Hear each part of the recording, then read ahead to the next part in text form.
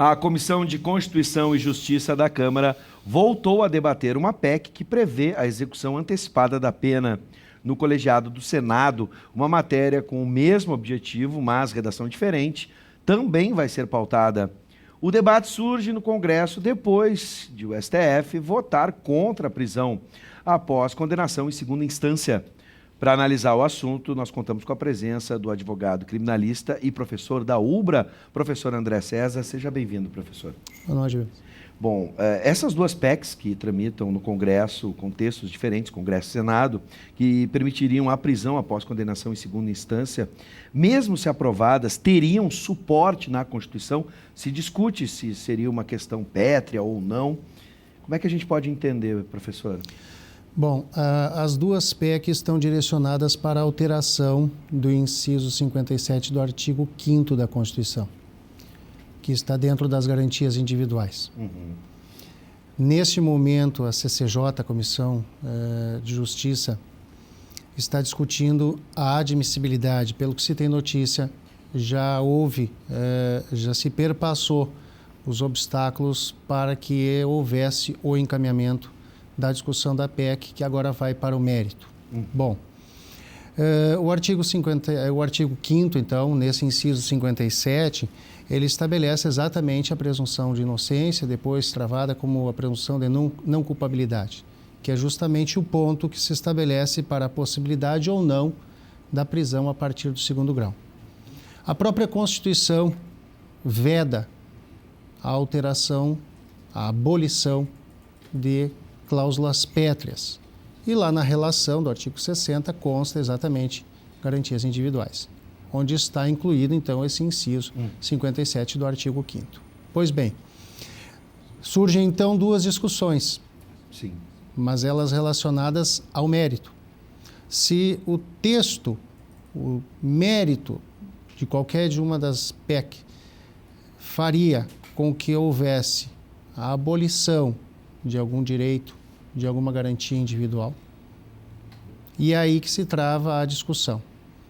Se houver um entendimento que não há ofensa ao ponto de abolir a garantia individual da presunção de inocência, ela poderia tramitar como PEC. Caso contrário, ela seria encaminhada para a forma mais extrema, que já se cogita, já se fala a respeito, e aí somente poderia ocorrer através de uma nova Constituinte. Bom, o novo entendimento sobre a prisão após segunda instância afeta diversos processos, incluindo alguns deles que ocorrem no âmbito da Operação Lava Jato e a condenação do ex-presidente Lula. Acho que todos já sabem disso, né? Há outras consequências após essa decisão do STF, além da soltura dos réus condenados nessa instância? Temos outro desdobramento a respeito? Sim, um dos desdobramentos é exatamente o encaminhamento que poderia acontecer de forma mais simples com a alteração de um artigo do Código de Processo Penal, que foi justamente o objeto da discussão e do julgamento da semana passada, que é o artigo 283. Então, linkando a primeira parte do teu questionamento, nós teríamos então a princípio, três encaminhamentos possíveis para a discussão sobre prisão em segundo grau, a partir do segundo grau, em nível legislativo, né?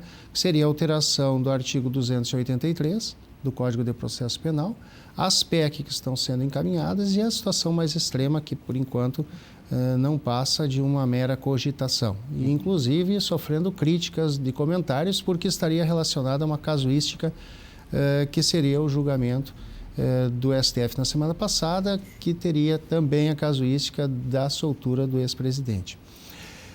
Como consequências práticas da decisão do STF, nós teríamos que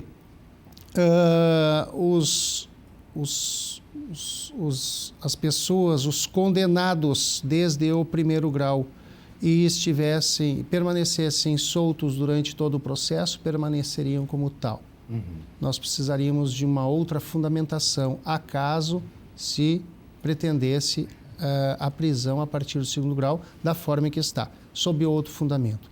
Nós costumamos dizer o seguinte: o indivíduo vem preso durante todo o processo sob um determinado fundamento. É uma prisão processual, uma prisão acautelatória. Sim. A partir do julgamento no segundo grau, ele mudaria o título dessa prisão, mudaria o fundamento dessa prisão. Tanto é que, a partir da decisão da semana passada, os fundamentos vinculados à execução provisória da pena estariam afastados e não existiriam mais.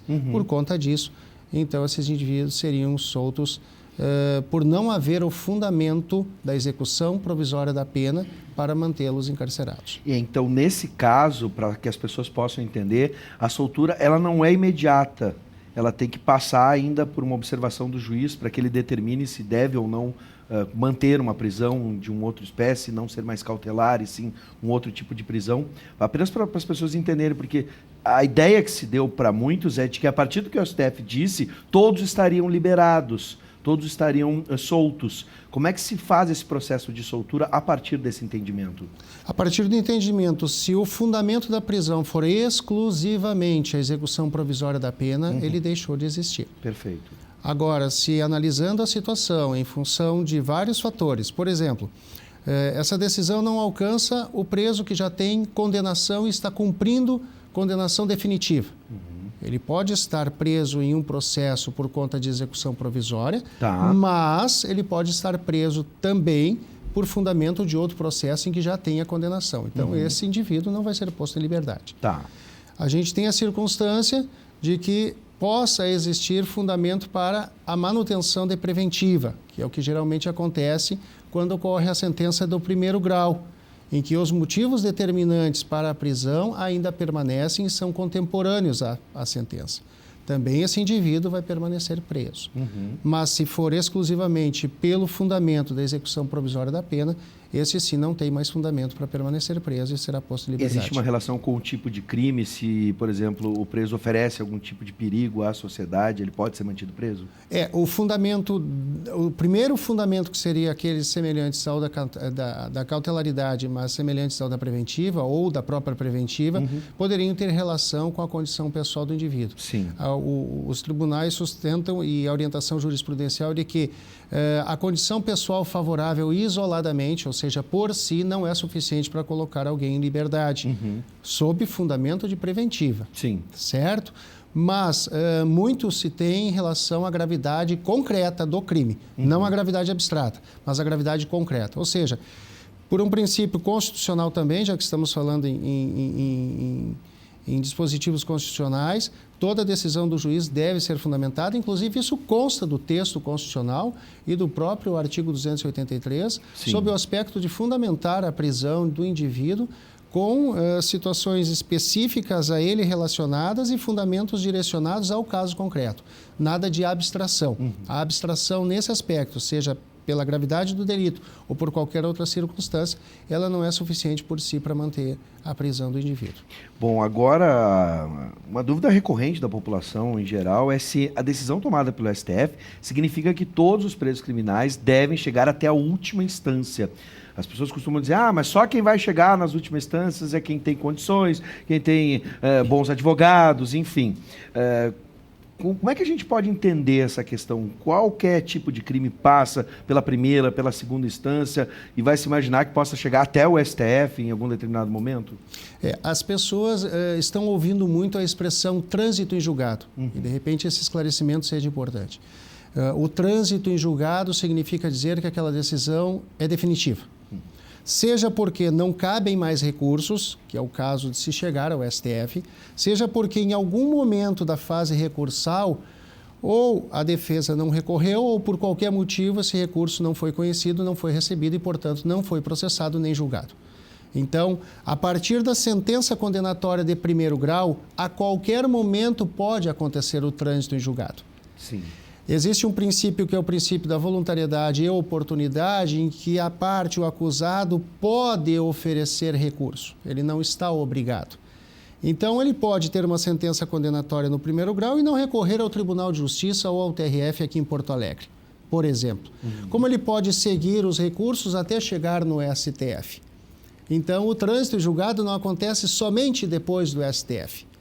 Ele pode acontecer em alguma etapa anterior, desde que a parte, o acusado ou o próprio Ministério Público não recorra daquela decisão. Sim. Então, isso tem que ser dito. O trânsito julgado é tornar definitiva uma decisão que não necessariamente acontece somente após o STF. Quanto a chegar ao STF, realmente vai havendo um afunilamento, pode-se usar essa expressão grosseiramente. Sim. Né? Em que, a partir do segundo grau, tido como Tribunal Estadual de Justiça ou TRF, não se analisa mais, a partir dali, esgotada a instância ordinária do recurso, não se discute mais fatos e provas. Então, a matéria do STJ e do STF passam a ser técnicas de direito. Quanto a chegar lá, você precisa adequar esse recurso ao caso concreto. Às vezes, o recurso não comporta mais a discussão de mérito que já se esgotou na segunda instância no Tribunal de Justiça Gaúcho, ou do Estado, ou o TRF. E, portanto, esse recurso não vai ser conhecido nem no STJ, nem no STF. Então, há uma limitação quanto à matéria. Sim. Ok. Quanto a chegar lá, isso não está relacionado a ter ou não ter condições, ou ter mais ou menos condições. E sim é uma questão técnica da fundamentação do recurso. Eu costumo dizer isso quando indagado, e como tu disseste, é comum as pessoas conversarem sobre isso e questionarem e criticarem. Eu costumo dizer o seguinte: hoje, talvez, nós tenhamos as maiores teses discutidas em repercussão geral e recursos repetitivos oriundos da Defensoria Pública. Nós tivemos um caso próximo, recente, a respeito de um indivíduo que estava preso, conhecido e pode ser pesquisado, o caso Israel, em que no STF o processo foi anulado por conta de provocação da Defensoria Pública. Sim. Então, não se pode generalizar. É claro que bons advogados, que bons defensores desincumbem o papel com nobreza. Mas isso vai realmente da casuística e do trabalho desenvolvido e que muitas vezes fica pelo caminho porque o próprio processo não oferece condições de ele ter seguimento. Se os recursos vão sendo feitos e feitos em virtude disso, nós vamos chegar onde se esgotar a jurisdição e que se possa prestar uma jurisdição. Não se pode dizer, inclusive, que os recursos para o STJ e o STF são protelatórios. Não se pode limitar a quantidade de recursos, porque isso, por outro aspecto, se legitima a sentença, legitima a condenação, legitima o Estado a executar a pena. É quando você esgota todos os recursos que lhe são oportunizados que você pode dizer, olha, o que podia ser feito foi feito. Sim. Seja pelo defensor constituído, seja pelo defensor público, seja pelo próprio Ministério Público. Então, as instâncias que se dispõem hoje para se alcançarem os recursos, elas são legítimas, elas são legais. Elas não devem ser suprimidas. O que nós devemos pensar é de que forma esses recursos, esses processos, sejam julgados de forma mais célere. Que estrutura é necessária para que isso aconteça?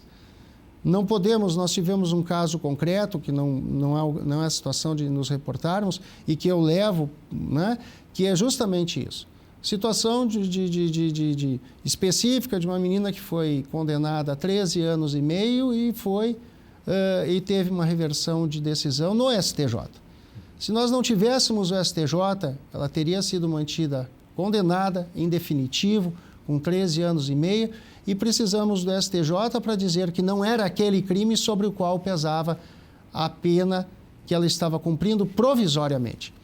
Então, realmente nós temos que avaliar a situação no caso a caso, avaliar a estrutura para se julgar de forma mais rápida e se esgotar todas as formas possíveis de se recorrer para se chegar em uma decisão que seja realmente legítima.